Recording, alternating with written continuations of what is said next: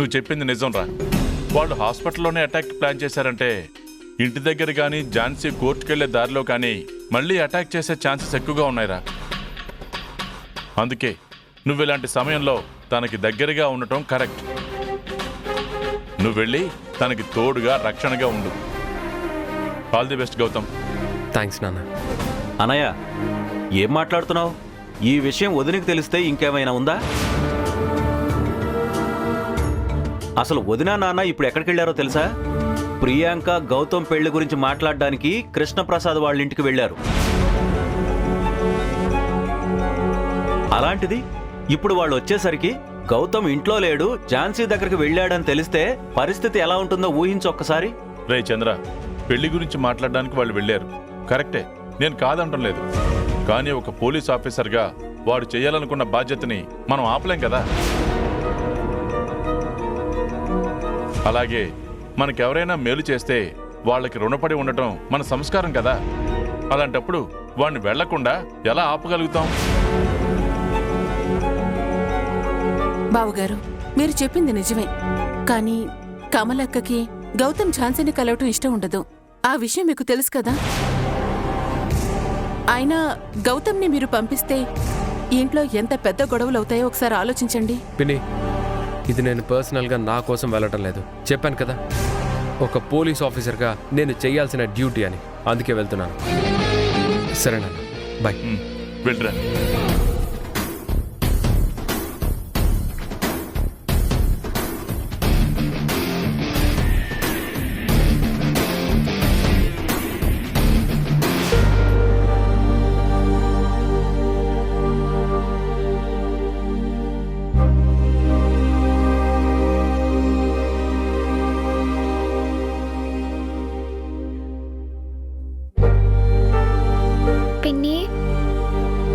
ఇదిగో, ఇప్పుడు నువ్వు ఈ టాబ్లెట్ వేసుకోవాలి. అవునా? ఎవరు చెప్పారు స్వీటీ? బాబాయ్ చెప్పాడు పిన్ని. నువ్వు ఏ టైంకి టాబ్లెట్ వేసుకోవాలి, ఫుడ్ తిన్న తర్వాత వేసుకోవాలా, తినక ముందు వేసుకోవాలా అని మొత్తం క్లియర్గా చెప్పాడు.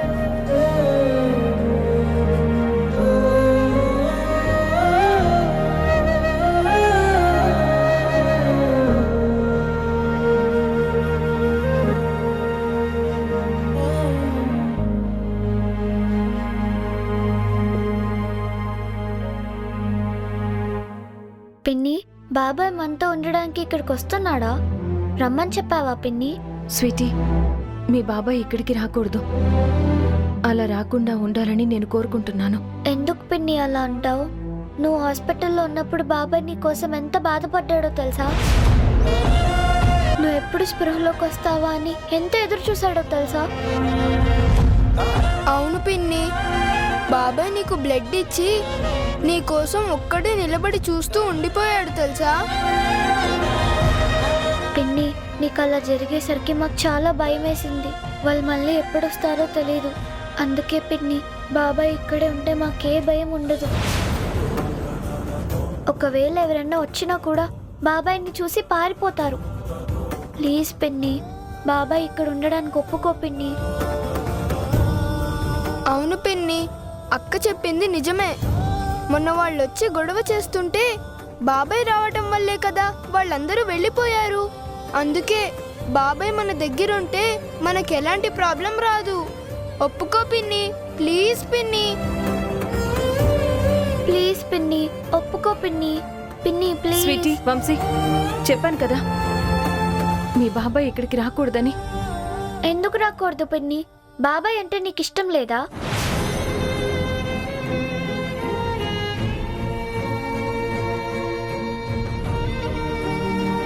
అలా ఇష్టం లేకపోతే మరి బాబాయ్ని ఎవరో షూట్ చేయబోతుంటే నువ్వెందుకు పిన్ని కాపాడావు? చెప్పు పిన్ని, నీకు బాబాయ్ అంటే ఇష్టం లేదా? నువ్వు కావాలనే బాబాయ్ని దూరం పెడుతున్నావా? అందుకే ప్రియాంక అక్క బాబాయ్తో ఎంగేజ్మెంట్ చేసుకుంటుంటే సైలెంట్గా ఉన్నావా? నువ్వు ఇదంతా కావాలనే చేస్తున్నావని మొన్న రాణి అక్క వాళ్ళు మాట్లాడుకుంటుంటే విన్నాము. అది తెలిసే మేము ఆ ఎంగేజ్మెంట్ చెడగొట్టడానికి వెళ్ళాము.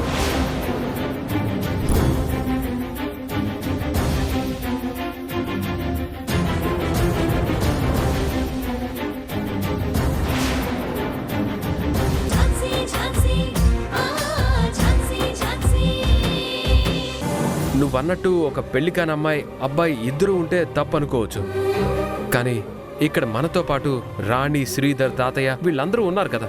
గౌతమ్ గారు, మీరు చెప్పినట్టుగానే 10 మంది గురించి ఆలోచించకపోయినా మీరు ఈ సమయంలో ఆలోచించాల్సింది 2 కుటుంబాల గురించి. ప్రియాంకతో ఆ ఎంగేజ్మెంట్కి ఒప్పుకుని ఇప్పుడు నా కోసం మీరిక్కడికొస్తే మీ కుటుంబానికి, ప్రియాంక కుటుంబానికి మనశ్శాంతి ఉండదు. ఇప్పటికే నా వల్ల ఎంగేజ్మెంట్ ఆగిపోయిందని అందరూ బాధపడుతున్నారు. మీరిక్కడికి వచ్చారని తెలిస్తే ఆ బాధ వాళ్ళకి మరింత ఎక్కువ అవుతుంది. దయచేసి ఇక్కడి నుంచి వెళ్ళిపోండి. ఝాన్సీ, నీ వల్ల ఎంగేజ్మెంట్ ఆగిపోయిందని బాధపడ్డం కాదు, నీ వల్లే నేను ఈరోజు ప్రాణాలతో ఉన్నానన్న విషయం గుర్తుంచుకొని సంతోషపడాలి. చేసిన మంచిలో కూడా చెడుని చూసే వాళ్ళ గురించి నువ్వు ఆలోచించుకో. అక్క, బావ చెప్పింది ముమ్మాటికి నిజం. వాళ్ళందరూ ఇప్పుడు ఎంగేజ్మెంట్ ఆగిపోయినందుకు కాదు, బావ నువ్వు సేవ్ చేసినందుకు నీకెంతో కృతజ్ఞతతో రుణపడి ఉండాలి. రాణి, నీకేం తెలీదు, నువ్వు సైలెంట్గా ఉండు. గౌతమ్ గారు, ప్లీజ్ మీరెన్నైనా చెప్పండి. మీరు ఇక్కడే ఉంటానంటే మాత్రం నేను ఒప్పుకోను. లేదు కాదు అని మీరు ఇక్కడే ఉంటాను అని నిర్ణయించుకుంటే చెప్పండి, నేనే ఇక్కడి నుంచి వెళ్ళిపోతాను.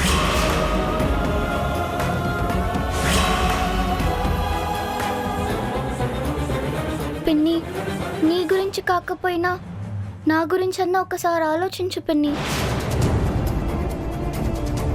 నువ్వు నాతో సాక్ష్యం చెప్పించావు కదా, నేను కోర్టులో అలా చెప్పినందుకు నా మీద పగ తీర్చుకోవడానికి ఎవరైనా వస్తే అప్పుడు నా పరిస్థితి ఏంటి పిన్ని? నా కోసమైనా బాబాయ్ని ఇక్కడే ఉండనివ్వు పిన్ని. స్వీటీ, నీకు మీ బాబాయ్ మీద ఉన్న నమ్మకం మీ పిన్ని మీద లేదా? అంటే నీకేం కాకుండా మీ బాబాయ్ మాత్రమే చూసుకోగలడా?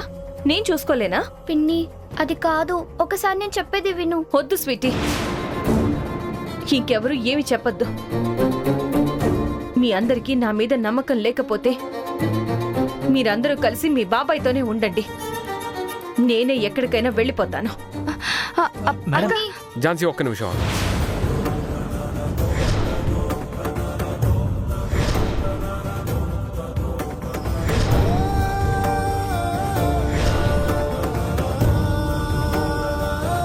పక్కకి జరగండి, నేను వెళ్ళాలి.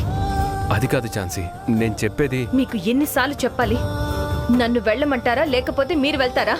Please get out.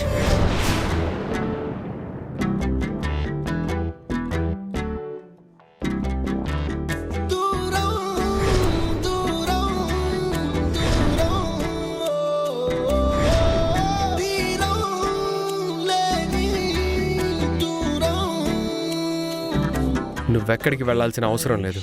నీ మాట ప్రకారం నేనే ఇక్కడి నుంచి వెళ్ళిపోతాను. ఈ ఇంట్లో ఉండను.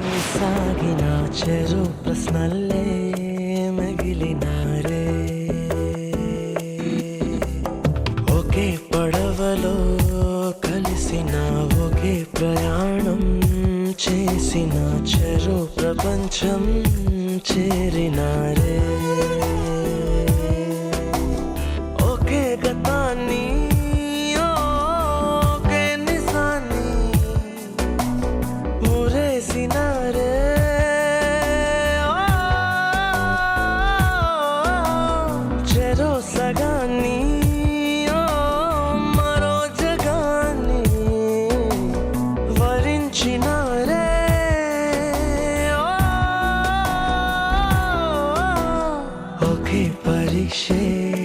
రాసిన ఒకే జవాబై సాగిన చెరు ప్రశ్నలే మిగిలినారే.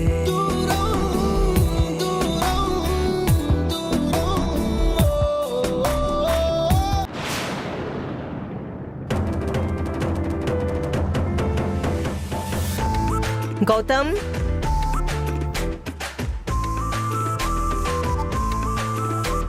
గౌతమ్, ఏమండి? గౌతమ్ ఎక్కడా? గౌతమ్కి ఒక విషయం చెప్పాలి. గౌతమ్, గౌతమ్. వదినా, నువ్వు ఎంత పిలిచినా గౌతమ్ రాడు. ఎందుకంటే వాడి ఇంట్లో లేడు. ఏంటి, ఇంత నైట్ ఎక్కడికి వెళ్ళాడు వాడు?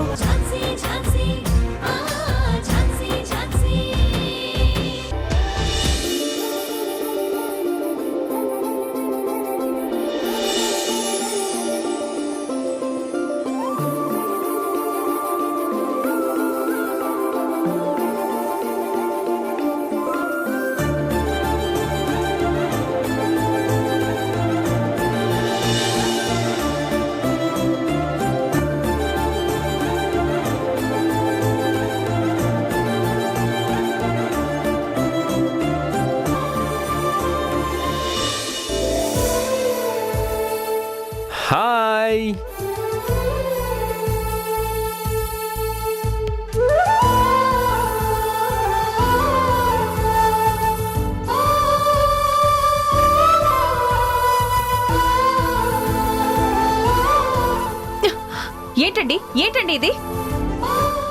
ఏంటి ఇది కూడా తెలీదా అండి? మీరెలా లాయర్ అయ్యారండి? దీన్ని టెంటు అంటారు. ఇందులో మీరు, నేను, 2 పిల్లలు.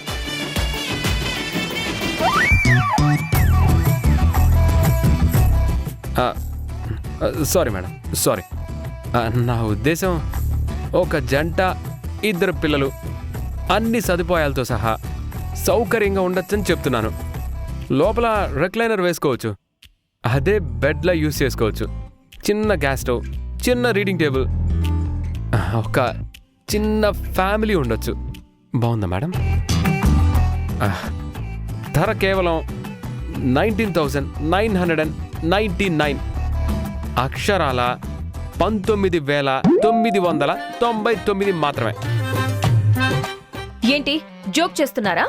అయ్యో రామా, మీతో జోక్ చేసేంత ధైర్యం నాకెక్కడుంది మేడం? మీకు అర్థమవుతుందా?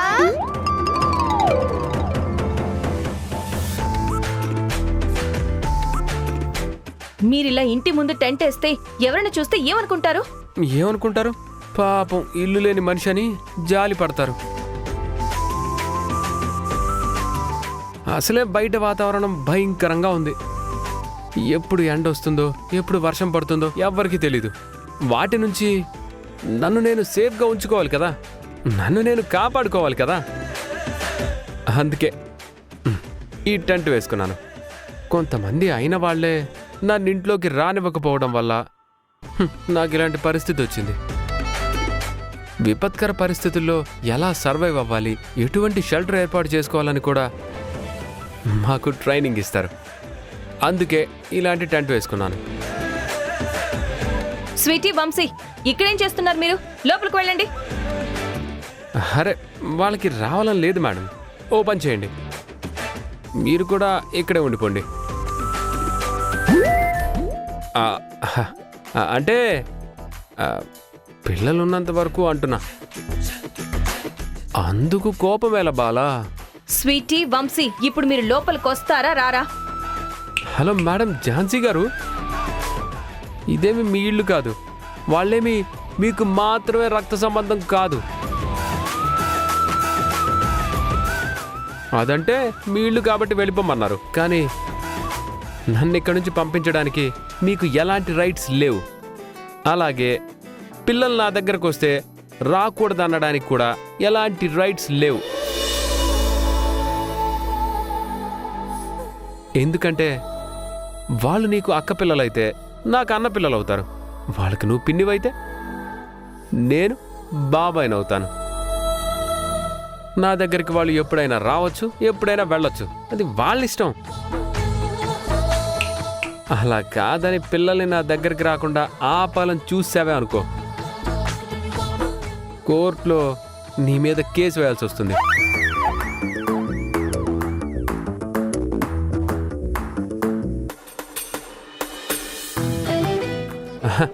ఏంటి నువ్వు కోపంగా చూడగానే భయపడిపోయి ఇక్కడ నుంచి దుకాణం సర్దేసి మకాం మార్చేయడానికి, టెంట్ పీకేసి పరిగెత్తడానికి నేనేమి పాత గౌతమ్ని కాదు.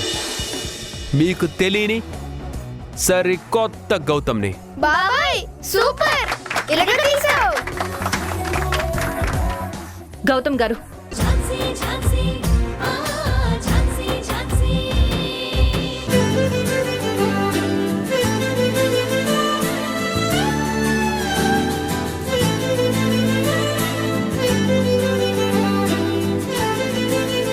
ఝాన్సీ, చూసావా ఎంత పరిస్థితి వచ్చిందో? నీ చేత్తో కాఫీ తాగాల్సిన నేను నా చేత్తో కాఫీ ఇస్తానని పిలిచినా కూడా రానని మొండికేసి కూర్చున్నావు. విధి చూసావా మనిద్దరితో ఎంత వింత నాటకం ఆడుతుందో?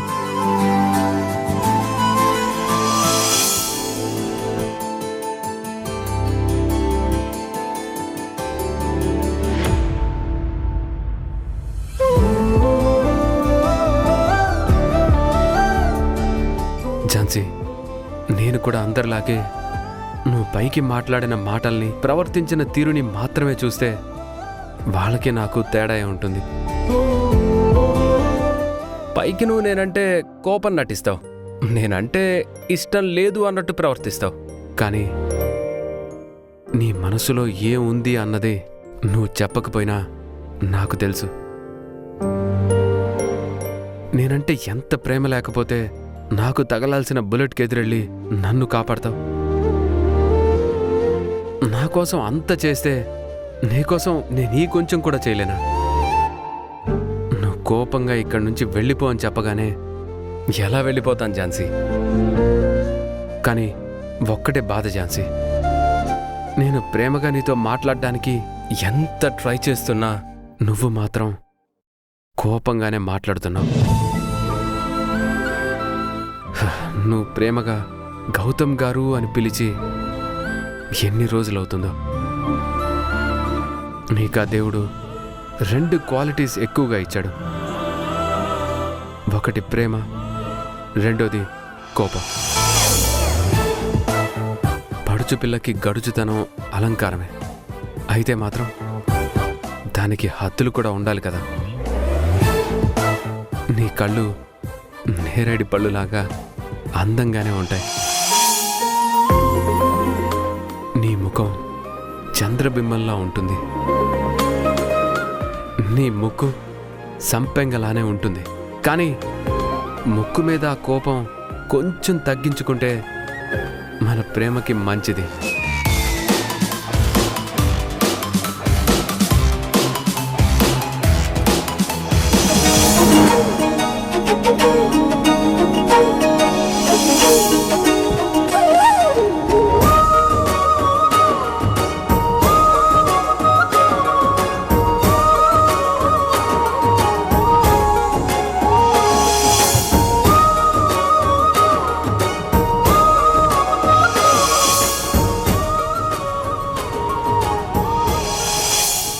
గౌతమ్ గారు,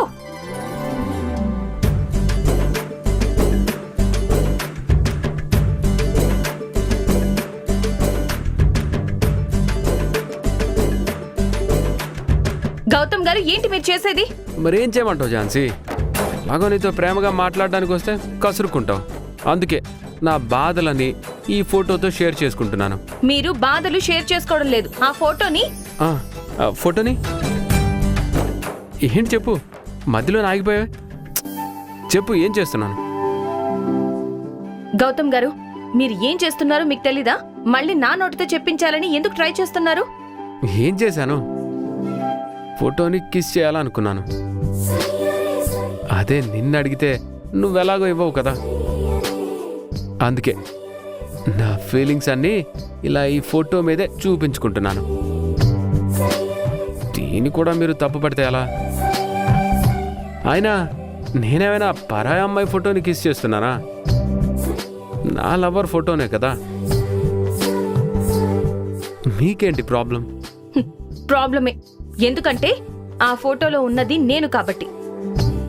ముందు మీరు నా ఫోటో ఇవ్వండి. ఈ ఫోటో ఏమైనా నువ్వు నాకు ఇచ్చావా? నువ్వు అడగగానే నేను తిరిగి ఇచ్చేయడానికి? ఈ ఫోటోలో ఉన్నది నువ్వైనా ఫోటో మాత్రం నాది. నా ఫోటో నా ఇష్టం. నేను దీన్ని ఏమైనా చేసుకుంటాను.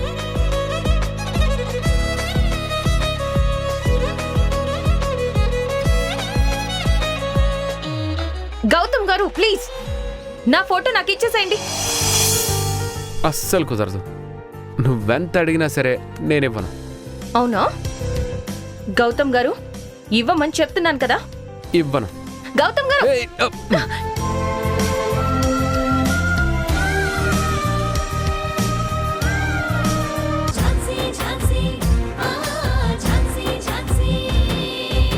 మేడం, ఇక్కడ ఎవరి బాధ వాళ్లకుంటుంది. ఎలా అయినా నాకు దూరం చేసి మీ కొడుకుని కాపాడుకోవాలని మీరు, నా ప్రేమని చంపుకుంటూ నేను ఇలా బాధపడుతూనే ఉన్నా. గౌతమ్ గారికి ప్రియాంక అంటే ఇష్టం లేదు అని తెలిసి కూడా తను ఆయన్నే పెళ్లి చేసుకోవాలని అనుకుంటుంది. కానీ నేను అలా కాదు మేడం. నేను కూడా ప్రియాంక లాగే ఆలోచించుంటే ఇప్పుడే మీ ముందు గౌతమ్ గారితో తాళి కట్టించుకోగలను. ఆ విషయం మీకు కూడా తెలుసు. కానీ నేను ఆ పని చెయ్యను మేడం. నాకు వ్యక్తిత్వం ఉంది, ఆత్మాభిమానం ఉంది. దయచేసి మీరు ఇక్కడి నుంచి వెళ్ళిపోండి. అలాగే మీతో పాటు మీ కొడుకును కూడా తీసుకెళ్ళిపోండి.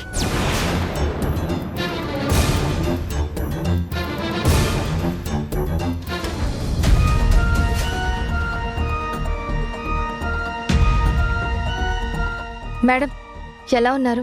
బాగున్నారా? ఇప్పుడు ఎందుకీ డ్రామాలు? నాకంటే మీరు సంతోషంగా ఉన్నారుగా. మీరు కోరుకున్నట్టుగానే గౌతమ్ ఝాన్సీ కలిసే ఉంటున్నారు కదా, మరి ఇంకా ఎందుకీ వెటకారు పలకరింపులు? అయ్యో, అదేం లేదు మేడం. నేను నిజంగానే అడిగాను. చూసి చాలా రోజులైంది కదా, అందుకే ఎలా ఉన్నారు అని అడిగాను. అయినా నేనెందుకు మీతో అలా వెటకారంగా ప్రవర్తిస్తాను? వెటకారం కాకపోతే మరి ఇంకేంటి? చెయ్యాల్సిందంతా చేసేసి ఇప్పుడు ఏమీ తెలియని అమాయకుల్లాగా అందరూ మాట్లాడేస్తారు. చెప్తా, మీ అందరి సంగతి చెప్తా. నాకు టైం రాకుండా ఉంటుందా? అమ్మా, ఇంత దూరం వచ్చి కనీసం మాతో ఒక మాట కూడా మాట్లాడకుండా వెళ్ళిపోతున్నావు.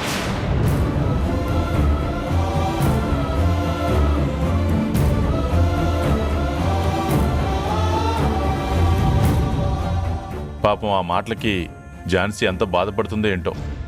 మేం వెళ్ళిన తర్వాత ఝాన్సీతో కొంచెం మాట్లాడు. మీ అమ్మ వస్తుంది. కమలా, బయలుదేరదామా? అమ్మా, కాఫీ తాగి వెళ్ళమ్మా. గౌతమ్, నేనిక్కడికొచ్చింది నీతో మర్యాదలు చేయించుకోవడానికి కాదు, నిన్నిక్కడి నుంచి తీసుకుపోవడానికి. అదేంటమ్మా అలా అంటావు? నీకు మొత్తం చెప్పాను కదా, ఝాన్సీకి నేను ప్రొటెక్షన్ ఇవ్వాలి అని. శత్రువులు ఎప్పుడు ఎటువైపు నుంచి వస్తారో తెలీదు. అందుకే నేనిక్కడ తనని దగ్గరుండి చూసుకోవాలని చెప్పాను కదా. నువ్వు దగ్గరున్నంత మాత్రాన శత్రువులు రాకుండా ఉంటారా? అటాక్ చెయ్యాలనుకునే వాళ్ళు ఎలాగైనా చేస్తారు. దానికి నువ్వు దగ్గరుంటే ఏంటి, లేకపోతే ఏంటి? అమ్మా, నువ్వు చెప్పింది నిజమే. అటాక్ చేయాలనుకునే వాళ్ళు ఎలాగైనా వచ్చి చేస్తారు. కానీ ఆ విషయం తెలిసి కూడా నేను అక్కడికి వచ్చి అంత ప్రశాంతంగా ఎలా ఉండగలను? నేను లేని టైంలో వచ్చి వాళ్ళు తన ఏదైనా చేస్తే తర్వాత జీవితాంతం కూర్చొని బాధపడినా ఉపయోగం ఉండదు.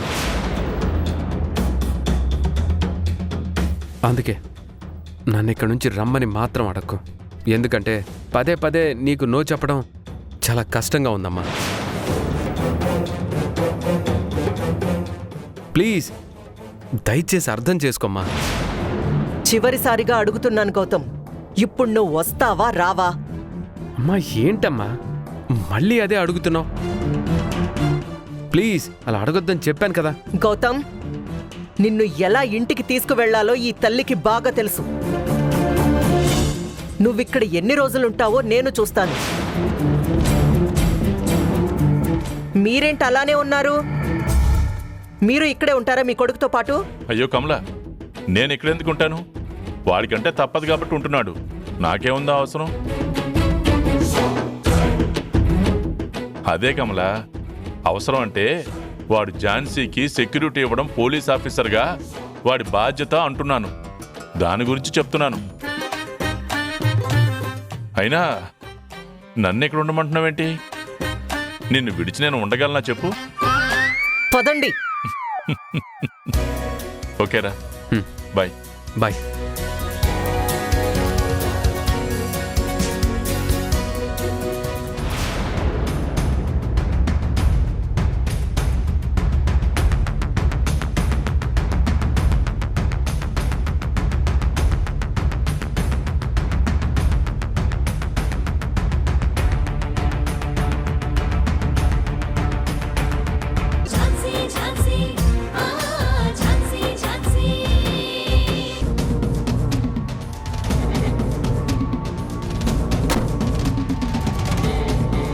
పిన్ని ఫోటో భలే ఉంది కదా.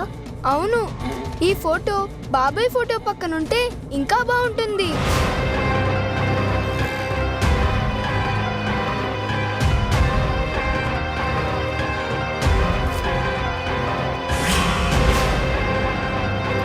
వంశీ, మనిద్దరం కలిసి గౌతమ్ బాబాయ్ని ఝాన్సీ పిన్నిని కలపాలి. వాళ్ళిద్దరికి ఒకరంటే ఒకరికి చాలా ఇష్టం. కానీ ఝాన్సీ పిన్ని ఇప్పుడు బాబాయ్కి దూరంగా ఉంటుంది.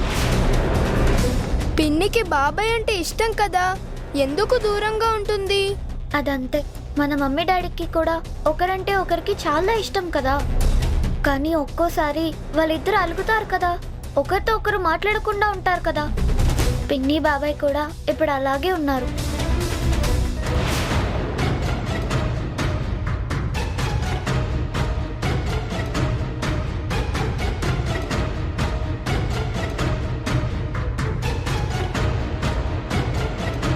వంశీ, మనిద్దరం కలిసి గౌతమ్ బాబాయ్ని ఝాన్సీ పిన్నిని కలపాలి.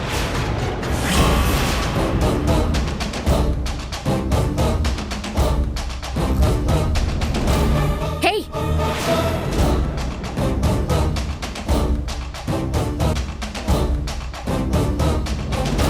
ఏం మాట్లాడుకుంటున్నారు మీరిద్దరు?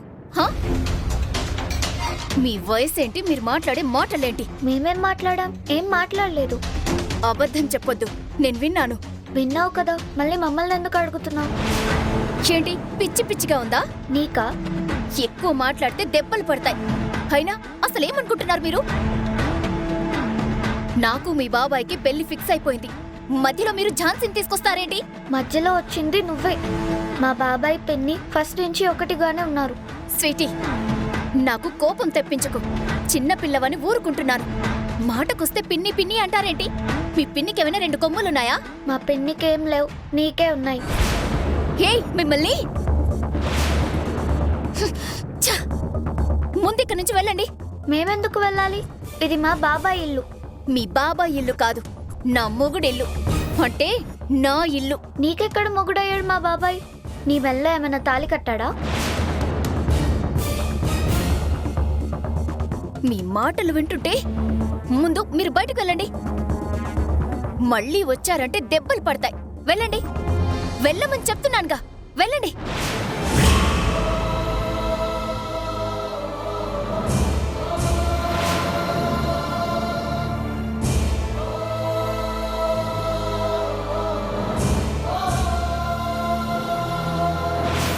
నా కాబోయే భర్త పక్కన నువ్వెందుకే దిష్టి బొమ్మలాగా?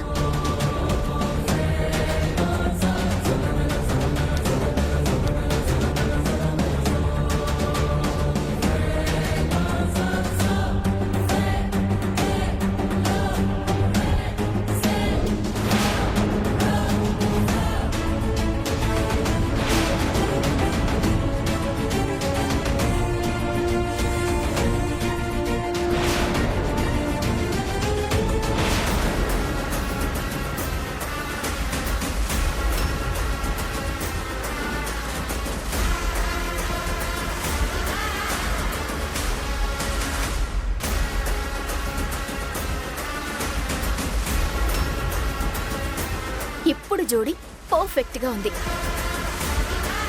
గౌతమ్ సార్, మిమ్మల్ని వదిలిపెట్టే ప్రసక్తే లేదు. మీరు ఝాన్సీని మర్చిపోక తప్పదు. ఇదిగో, ఇప్పుడు తన ఫోటోను తీసి పక్కన పడేసినట్టుగా తనని కూడా మీ లైఫ్లో నుండి కంప్లీట్ గా తీసి పక్కన పడేస్తాను. ఇది మాత్రం పక్కా.